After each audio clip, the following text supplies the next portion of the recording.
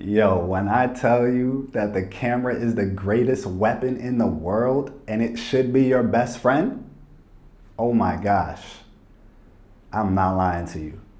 I mean, it makes people change who they are when that camera turns on. Like, I'll give you a prime example. I had an issue on eBay, and normally I don't have issues, right? But this one time, most recently, somebody wanted a return. And I was like, okay, sure, you can get a return. But then the dude started asking for deposits. Deposits? What do you mean? Here, you can have the return. So he requests a return.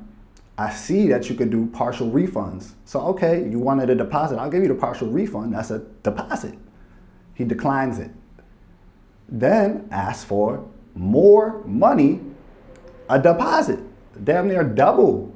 And then instead of just returning the item. So I'm like, bro, what's going on? So I call eBay and they're not really like trying to help. They're like, you got to go through the process, blah, blah, blah. I'm like, bro, but at some point that process has to just stop because red flag after red flag after red flag equals shut down account.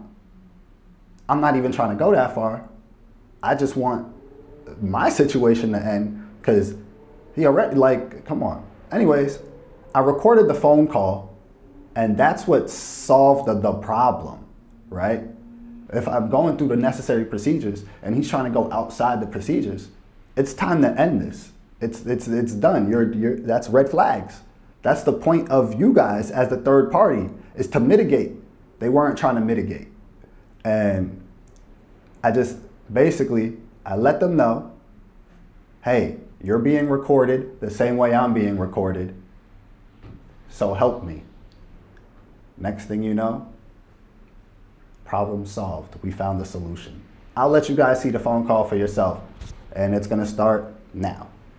Hello, Terrell. Thank you so much for staying on the line.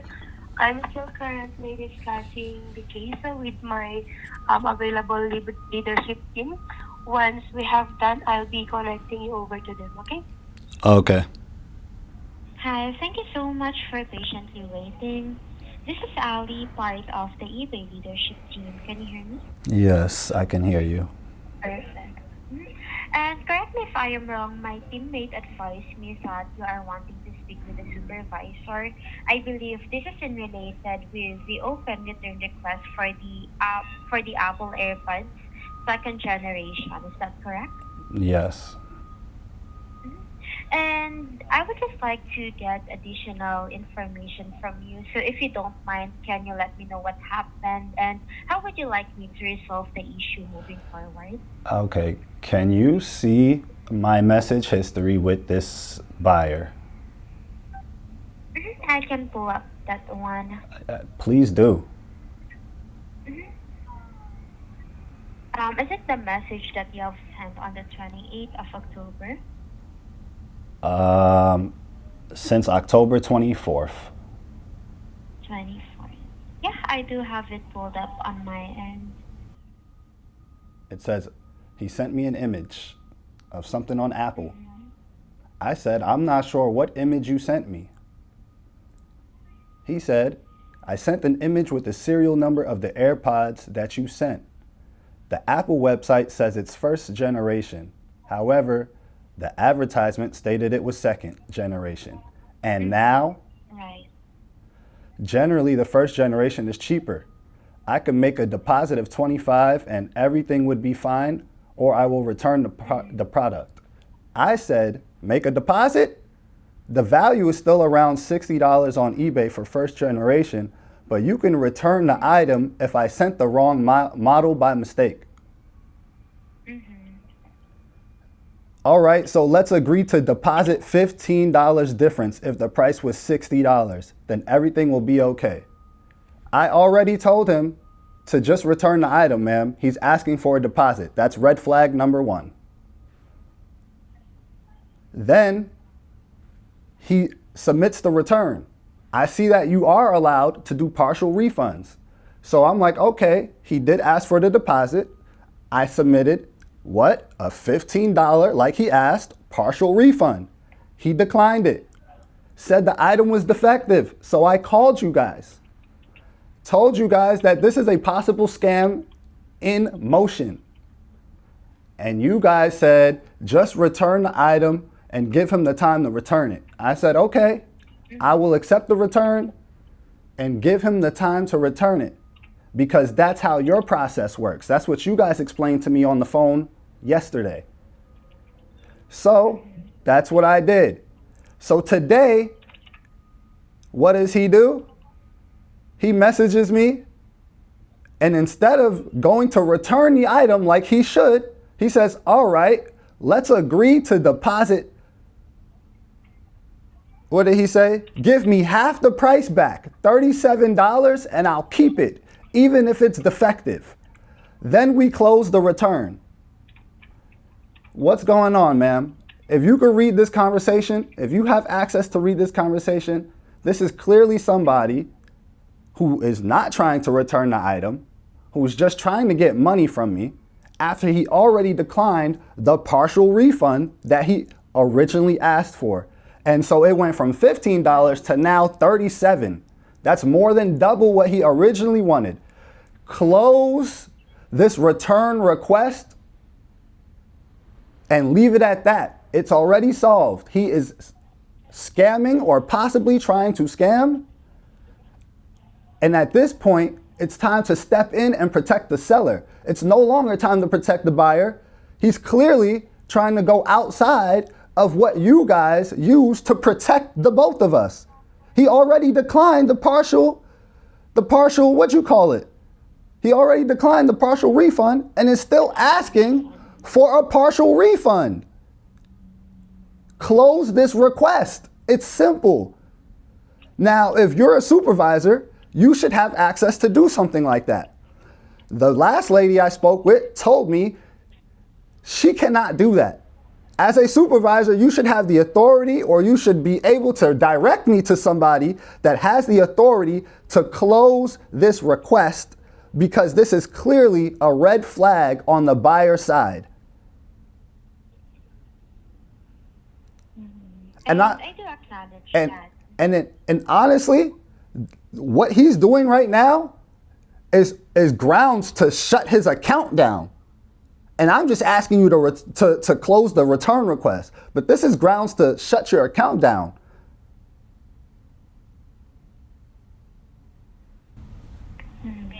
And I do acknowledge that you wanted to have the case closed right now because, as you have mentioned, you felt that this is actually a scam because the buyer initially requested for a partial refund. And I can see that you tried to offer one, but they actually declined it. And on the communication that you've had with them, I definitely see that they're asking for more amount. And that's actually, a valid reason to be requested for a case closure because the buyer is actually not honoring what you have agreed on the eBay messages. And of course, I'll be more than willing to check the information and help you out moving forward. Now, when I actually double check the case here on my end, I can see that you have already provided a label because, as you have mentioned also, you are able to speak with one of the representatives and this is what they have advised you. And as for the request of the case closure, actually that will automatically be done if the buyer failed to return the item within the given time frame, especially now that you have already facilitated the return request. So as of the moment, I'll take note of the request of the case closure, and rest assured that if the buyer actually failed to return the item within 10 business days, or let me just double check the time frame provided to them just to make sure.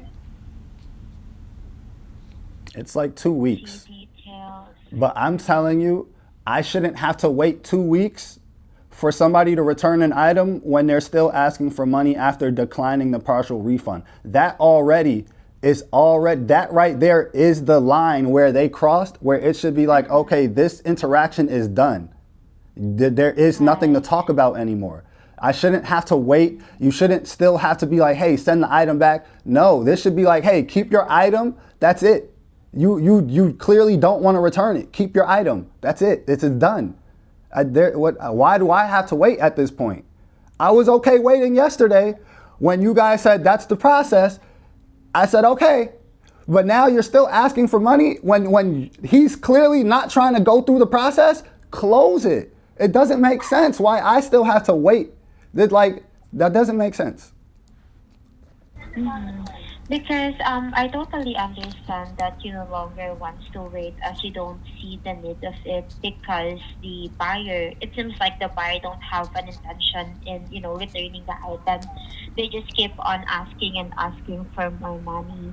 But at the same time, of course, with the claim that was open, there's also a time frame that we need to follow. But the since we are able to see already or we can conclude already that the buyer actually don't have a plan, in returning the item, that's actually a good thing because if they fail to return the item on time, the return request that they have opened will automatically be closed. Upon Okay, investigating, question. they I only have listen, ma'am, listen, ma'am. This is a website. That means there are admins, there are developers. That means the admins have special access on the website to do certain things like close, return, request. If you don't have that access, please direct me to somebody who does. The same way that you're recording this phone call, I am on camera recording this phone call. Please direct me to somebody that can actually help me. Thank you.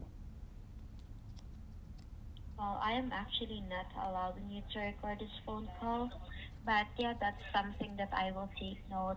And like what I've The mentioned, phone call we is do recorded have, soon as you guys call me. It's told to me in the chat soon as before you even make the call. It tells me that the phone call is recorded. So again, like I said, just like you guys are recording, I am recording this call. Please direct me to somebody who can actually help. Because it sounds like you're not going to help me. Please direct me to somebody, your supervisor. I'll keep going up and up and up. Please direct me to somebody who can actually help. Thank you. I'll see what I can do. Let me just further investigate the issue. I might be needing 2 minutes of your time to place the call on hold. Would that be okay? Okay. Thank you.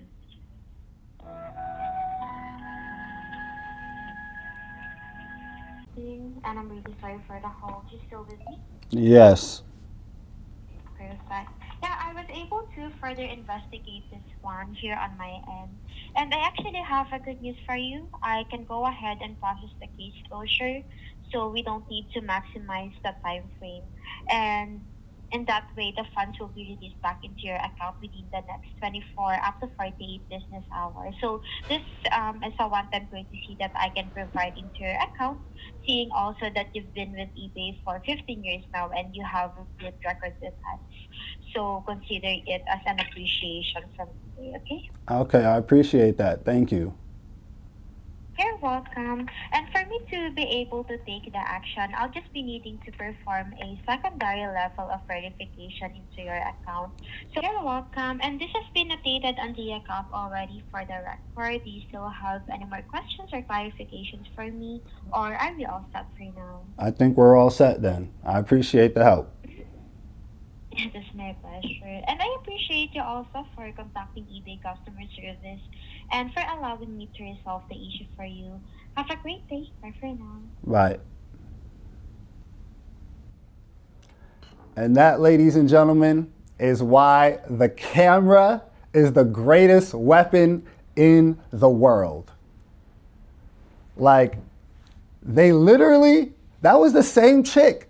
You see how I said, yo, it sounds like you're not gonna help me.